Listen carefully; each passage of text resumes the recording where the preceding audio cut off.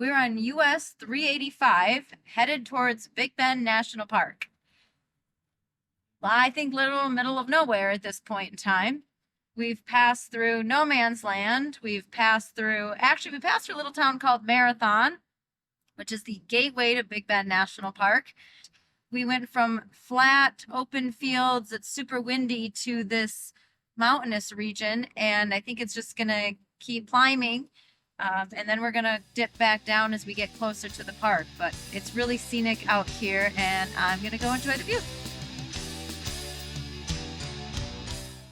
After 4 months serving as park hosts at LBJ State Park in Texas Hill Country, we loaded everything up and headed west. And our first stop was Big Bend National Park, a remote park that a lot of Texans haven't even been to.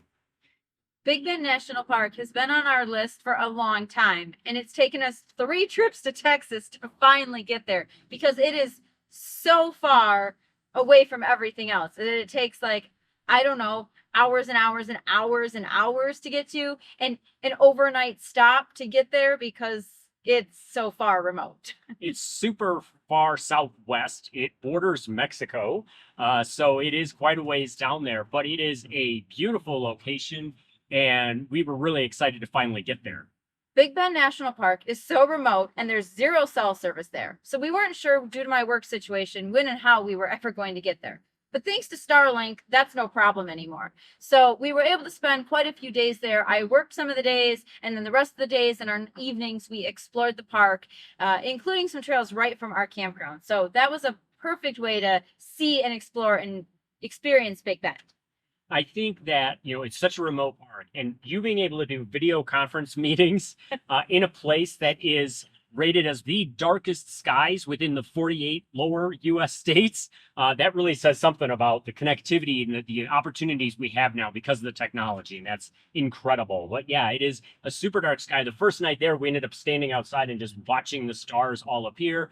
You watched a lightning storm over the mountains. It wasn't affecting us, but it was quite a display to be able to see all of that. It was really neat, and we were in a very dark location within a dark sky park. So we camped at Rio Grande Village Campground, and we were on the side that's run by the national park, and it is a dry campground. So there's water spigots available, but there's no electric, no sewer, no water hookups. There's water spigots and there's a dump station. There is a full hookup campground not far down the road. That's run by a third-party vendor, and it is essentially a parking lot. Not essentially, it is. It is a glorified parking lot. It is, weirdly enough, yes, full hookups, but there are no trees, no shade. You are literally just in a parking spot. And I guess if you need that, whether you're running CPAP machines or you have to have air conditioning for pets, then that's where you're going to need to go.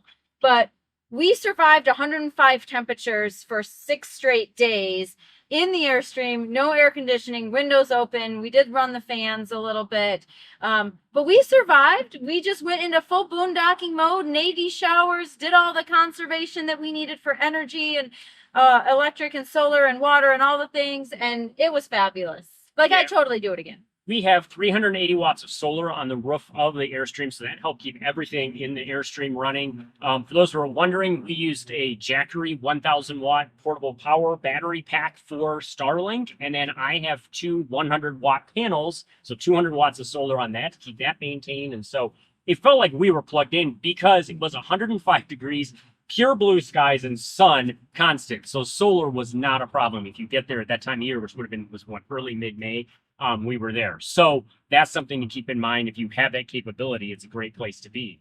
The campground that we stayed at, one of the advantages from there is a nature trail that comes right out of that campground, goes up on a bluff, and provides some amazing views and wonderful sunsets. So we did that one night as well.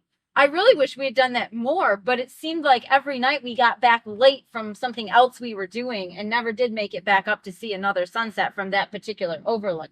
But because it's so close from the campground, depending on your agenda, it's an easy walk. It's like a 5-10 minute walk over to that nature area. So that was really cool. Otherwise, it is a huge park. And so when you go out for hikes, you're going to have to plan for some driving to get to the different trailheads, to get to the different visitor centers. And depending on the time of year, you may find that not everything is open. The trails are open, but visitor centers and campgrounds, we discovered by accident that by early May, they're starting to shut down. They're reaching the end of their season. Who knew that summer was not in season? That's when most of us in Michigan go camping. Who knew? That's the start of the camping season in Michigan. But I talked to one of the rangers, and he said, "Oh, by mid-May, it's 115 degrees by about 11 a.m. and nobody wants to be camping in that weather." And now I see why. I mean, they were not kidding. At our 105, I get it, but really, for those of us who are coming from northern climates, that is not something that you think about. You don't think about campgrounds shutting down in the summer. So be aware of that as you travel, not just to Big Bend, but maybe in the other southern, southwestern United States. You're going to encounter that in other places. Despite the heat, we hit triple digits easily every day by late morning. We did a large number of hikes, actually. We tried to get out constantly and do everything we could and see a lot of different trails. We only scratched the surface, I think, on Big Bend. Very much so, because there are some trails that require a four-wheel drive high clearance vehicle to get to. There are some trails that require overnight backpacking. There are some trails that just are simply an all-day hike. And we went in with a laundry list of ideas that friends and family and others had recommended to us. And I think we checked off all of those things. I really do. When I look at the list that we had, and it was the highlights, it was your scenic drives, it was some of the relatively moderate hikes. We crammed a lot into our Friday afternoon, Saturday, Sunday, and a couple evenings. And so I think while we barely scratched the surface, we still hit a lot.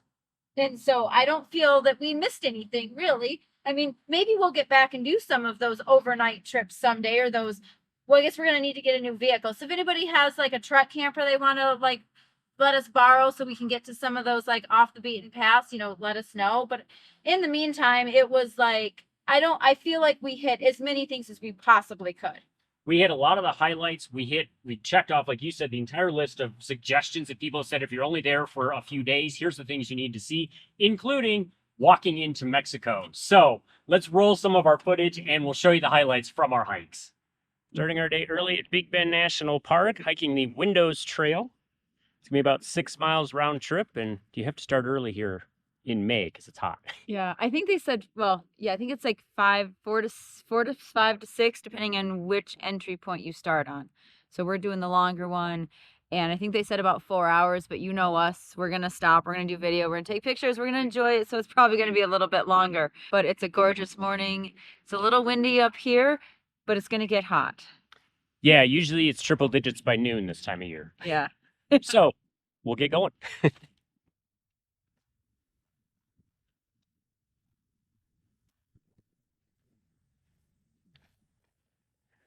This is another national park experience where we keep turning corners and you keep saying, wow. Wow, wow, wow.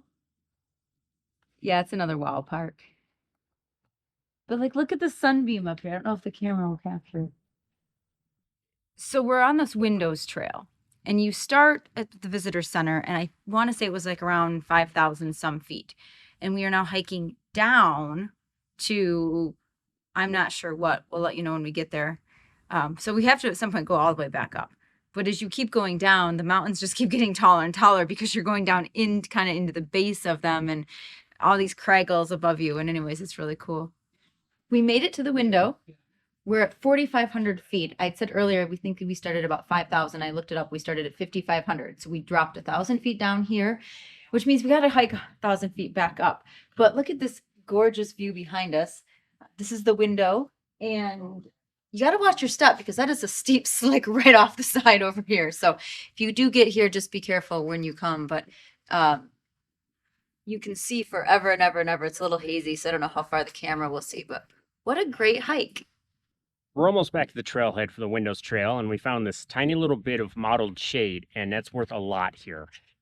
Yeah, we like heat, and this is even a bit much for us. Just in terms of probably because of the strenuous activity that we hiked 1,000 feet down and we're hiking 1,000 feet back up, and it is getting to be 3 digits in temperature. And so you just have to be prepared and know your limits and go slow. I mean, there's no need to rush by any means. This is rated as a moderate trail. I think that's right. You got to watch your step. It's a little deceiving because especially if you start early in the morning, which you need to do here, you're going to be headed downhill the whole way. You're going to be in shaded, trail and it's going to feel great. And you're like, this isn't bad at all. Coming back, it's very different. It's all uphill. There's very little shade and you're going to feel it. But all in all, it was a nice hike. It was a good trail. One of the things to be prepared for on this trail is wildlife, including mountain lions and bears. And we did see a bear. So, and it was no big deal. It was kind of a juvenile, and he was on the trail. The gentleman in front of us mentioned it. So we all kind of backed off, and he kind of wandered down the trail and then wandered up the side of the hill, and we watched him for a distance until we felt it was safe enough for us to pass on by. And then we heard reports from other people that they had encountered, whether it was the same one or a different one later on. So we know they're in the area. They were, they're looking for food and water and shade just like we are. So you just have to give them your distance and, be prepared, I guess. Like, we didn't see any mountain lions, but they did say they've seen them on the trail the last couple of days. And I would assume you see those animals early in the morning and late at night, midday, like we're getting into here. They're smarter than we are, so they're holed up in the shade somewhere for the day. Are they smarter than your average bear? I am not smarter than my average bear because I'm out here hiking, and we might be doing another hike later because we're crazy. Well, they said there's shade on that trail. So. Oh, yes. Okay, so we'll report from there if there is. But yeah, if you get a chance to do the Windows Trail, it was really neat, and so it's really something to see. It's a beautiful area. A quick note about the window, which is a cool feature here at Big Bend National Park. If you're not up for a 5 to 6 mile hike down to the window pour-off, you can take a 1/4 mile loop trail from the visitor center. It's paved, relatively flat, and you've got a couple of nice overlooks where you can get a view of the mountains and the window down below, and something to check out if you're just up for something short.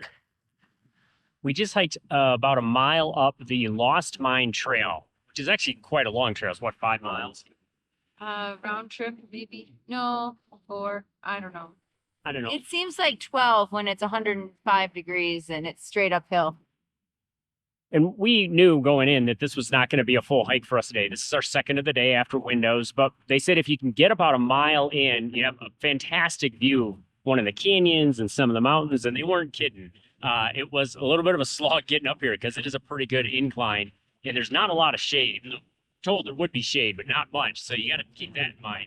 But it really is a pretty place to see what's up here and just kind of sit for a little bit and stare off into the wilderness and realize how small we really are.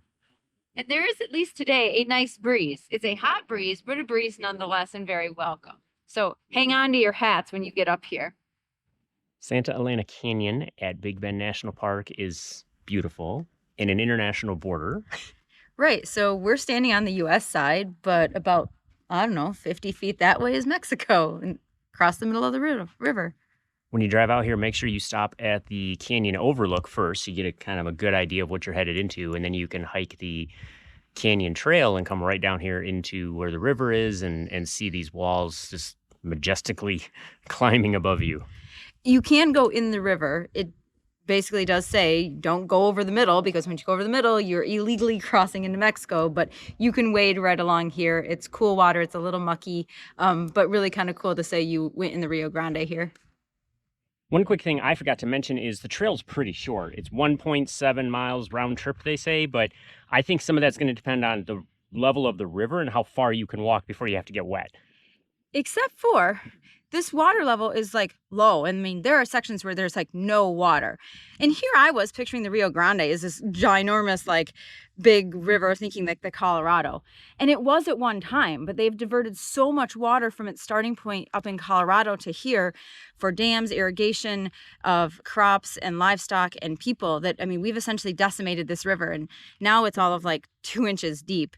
So I'm pretty sure most of the year you're going to be able to get to this point.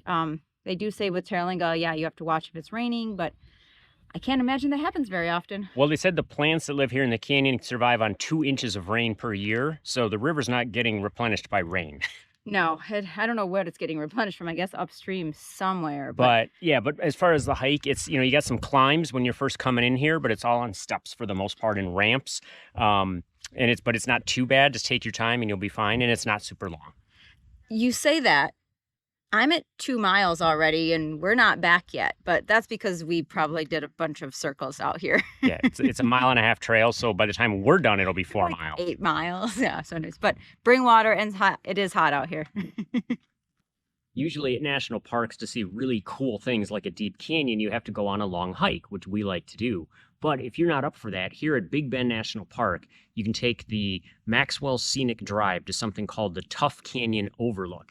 And what this is it is a canyon formed from a creek working its way down through Tuff. And what Tuff is, when a volcanic vent sent ash and other particles out into the air, it was all glowing hot, landed, and then the heat and the pressure together takes that ash and the particles and pushes it together and creates what's known as tuff. And so if you kind of look behind me, and we'll run some B-roll too, so you can see how deep this canyon is, it gives you an idea of how much ash must have fallen and covered the landscape here. And then over time, a creek ran through here and ended up working its way down through the tuff, and now you have this canyon. But you can drive to a little turnout. It's, I think, a half-a-mile round trip on an easy trail. There's a couple of overlooks, and it's a great way to see something really unique, and you don't have to hike 10 miles to see it. We just took a short but hot hike to the lower Mesa pour-off. And there's a mesa way above us, and there's actually an upper mesa trail. It takes a lot longer. This is like a 1 mile round trip, so about a half mile in. Part of it's on gravel. It's not the easiest thing to walk on. And I don't know, what is it out here? 100 and something. Oven temperatures. Yeah. It's, you say walking on gravel, but it's the basin, it's the wash. You're walking on the wash, and it is like beach walking. So you're about 8 steps forward and 1,200 steps back, at least in this heat out here. So that's true. It's more of a gravel sand mixture. It's not like gravel you think of in your driveway. It's soft, but well worth it. I mean, this pour off behind us is cool. It is a lot taller, I guess, than I was expecting. I wasn't sure. And when you realize that the rocks that are on out here at the layer that we are in were covered by ash, like, I don't know, 100 million years ago, and they're slowly being exposed every time that water comes through here. So it's really cool to think that these rocks behind us are that old and how long they've been buried. And this is very much a desert environment. And when the rains do happen, they do get water coming down the pour-off. It will flood this wash that we just walked through. But they said within a few hours after a rainstorm, it'll be dry again.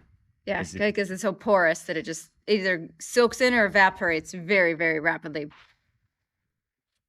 I feel this big, surrounded by these big mountains.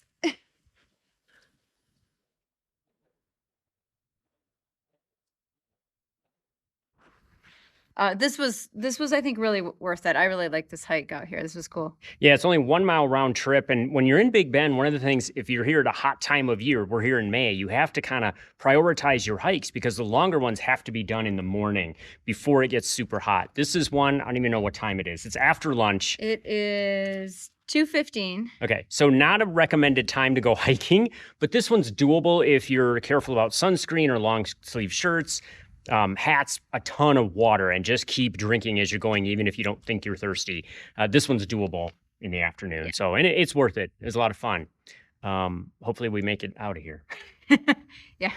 We usually shoot these back at the trailhead.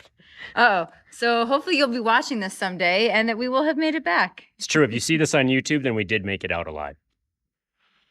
I'm standing in what was, at one time, back in the 1920s to 40s, a 2-story bathhouse that surrounded a hot spring, which is kind of crazy out here in the middle of the hot desert to get a hot spring. But the person who built it thought it had healing powers, and he built a resort around it for tourists to come stay at the resort, the motel, and then come here and hang out in the healing properties of the 105-degree water. Even though it is about 105 degrees temperature-wise today, the hot water actually feels just really good on tired legs and after long days of hiking. So I can see why people wanted to come out here. The gentleman who built the resort said he figured out it took about 21 days worth of soaking in the mineral-filled water to get all of its healing properties. He's the same guy that built a motel and invited you to stay out here for $1 a day and $6 a week, and soaks were 25 cents each, so he had a good little racket going. But it might have been good for you, who knows? There is actually a little bit more of a community here too. There was a post office and a store that actually operated for a number of years, and it's just kind of interesting. This is kind of in the middle of nowhere here, but for the longest time, it was a meeting place for people and a place to come and relax and hang out and enjoy the hot water and enjoy what is now Big Bend National Park. And this is kind of what was going on before it was a national park. So it's neat to see this history that's still here. And then if you go back far enough in history, as you're walking out on this trail, there's actually pictographs and petroglyphs on the rock, some painted, some carved. And it's really unusual because that rock is really crumbling, and it's not something you normally see the native peoples drawing on or carving in because it is so fragile. And they said that they've lost quite a bit over the years. So you can still get to it. You can see it. Please help to protect it if you do come out here, but consider checking out hot springs. It's kind of neat. J.O. Langford, who was the guy who set up the hot springs in the motel, or the bathhouse anyway. The hot springs were here long before he was. Also decided to build a house up on the hill that you can hike up to. It's kind of crazy up here. It's gorgeous. It says it's one of the best views in Big Bend, and I'd have to agree with that because you've got the Chizos Mountains on one side and the Sierra del Carmen on the other and the Rio Grande down below, and what more could you ask for? Yeah, he built it right above where the hot springs are, and there's nothing really left of the house, but the views are here, so come check them out. Now for something completely different, we're walking into Mexico. Not your normal way of going to a foreign country. Usually it's by plane or bus or train or car. But yeah, here we're going to walk across the river. We're at Big Bend National Park, and at Boquillas Crossing, you can walk down to the Rio Grande River and cross into the small village of Boquillas in Mexico. So we said, why not? We're here. Let's do it. Everybody said they have great tacos over there, and it's just a really cool way of an international cooperation between the national park because both sides of the river here are protected, and so it's their way of continuing to showcase the international cooperation and the flora and fauna and the natural resources that are here. So it's actually really cool. And you're wearing your Have Tacos Will Travel? Well, because of course we're going to Mexico, so we're going to get tacos. Have Tacos Will Travel. Ready to travel? We don't have tacos yet. Let's go get them. First things first, when you finish the, 3/4 of a mile hike up the road into Boquillas, you have to stop at the federal station where you pay your $4 per person, at least in May of 2024, because it used to be $3. That's what all the documentation says, but it's $4 now. And you get your little wristband, and that is your ticket for the day here because you're in a protected area. Yeah, it is, again, because this is a sort of a joint operation of protecting this area. So, don't pick up anything, don't take anything, leave all fossils, rocks, and everything behind, flora, fauna. I mean, there's signs everywhere because this isn't just Mexico in a foreign country, but this is a natural protected area as well. So they're doubling down on making sure that you follow all the rules from that standpoint. Yep.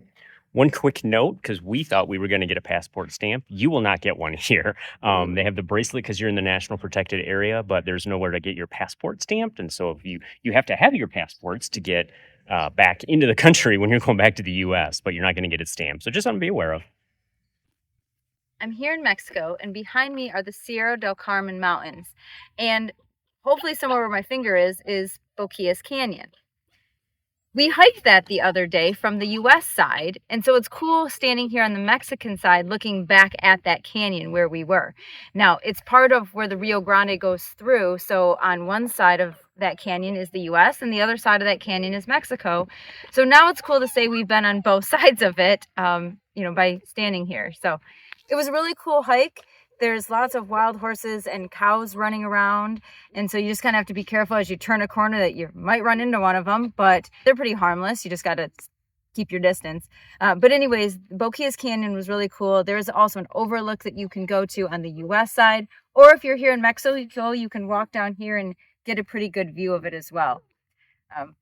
You hear some noises in the background. There's horses and cows and dogs running wild everywhere here. So just don't feed them. Either way, whether you're on the U.S. side or the Mexico side, make sure you get out here and check out the Boquillas area. Get your tacos. We just had lunch at Boquillas restaurant where I had goat tacos and you had cheese enchiladas and margaritas, and it was fantastic. Great lunch. Well, we just spent a couple of hours over in Boquillas, the village in Mexico, and we're getting ready to head back across the Rio Grande into the U.S. It's a great little stop. Get over here and, check out the trinkets, maybe buy a souvenir, have some really good Mexican food at one of the local restaurants, and enjoy the village. Boquillas, the community, was actually founded in the late 1800s and was formed because there was mining operations in the area. And it's a testament to how long this community has been here and the fact that it is still here, as small as it is, because at one time it was up to 2,000 inhabitants during that peak core mining operation time. But unfortunately, in the early 1900s, or no, actually, I think it was like 1970s, a series of floods came through and wiped out the community that was originally built down closer to the river. So they have now moved their community up on this more like hill area, which is where we visited today. And again, it's just a testament to them because they have been here since the late 1800s, out here in the middle of nowhere. It's hotter than HELL hockey sticks. And they are thriving as best that they can. I mean, they are dependent on the tourism of the U.S., of us coming over from Big Bend National Park. And there are some other things to do here. So if you have more than just a couple hours, get with some local guides and do your research, because apparently there's some canyon trips, there's some petroglyphs, there's some cave tours, there's some sand dunes. There was a little information center that we read all this, and I would have loved to come back and explore the Mexico side of this canyon and these mountains that we're in. So if you have some time, do that, because I think there's so much more here than what we were just able to see in a couple hours. You mentioned guides, and we talked earlier about walking into the village, and you can walk through the Rio Grande River depending on the level of it and what you want to do, or you can take a rowboat. Somebody will pull you across in a rowboat, and then once you get across, you can take a truck, you can take a burro, you can take a horse. Everything has separate charges, so it depends what you want to do. But if you do one of the horses or burros or the trucks, then apparently the person that you hire to do that with becomes your guide for the day, and they'll stay with you in the village. And then when you're ready to come back, they'll bring you back down to the river, and you can walk across or take the rowboat. We took the rowboat across this morning. We were going to walk, then we took the rowboat. It was a little miscommunication between us, but I think we're going to walk back across. Yeah, well, the person at the edge did say it was a lot deeper than I think it actually was. And given that I'm short, I was like, I don't want to get all wet. But then I watched him walk across and realized maybe it's not quite as deep as he thought it was, or he said it was. So we may walk back. But either way, it's part of the experience of getting here. I mean, they say you take the rowboat, so I guess it is part of the experience. Well, and hey, these people don't have a lot of income coming in probably, so you try to help the local economy when you visit places too, right? So I didn't have a problem paying for that, and if we don't take our ride back and we end up walking through, that's okay too. But definitely a fun experience overall. Right, and we did pick up a couple souvenirs, a tortilla holder, and some empanadas because why not? We got, again, support your local economy in whatever way you can, and bring back something for memory. So we're walking across the Rio Grande back over to the United States. We took the rowboat here and we're going to walk back. The water is very refreshing on this hot day.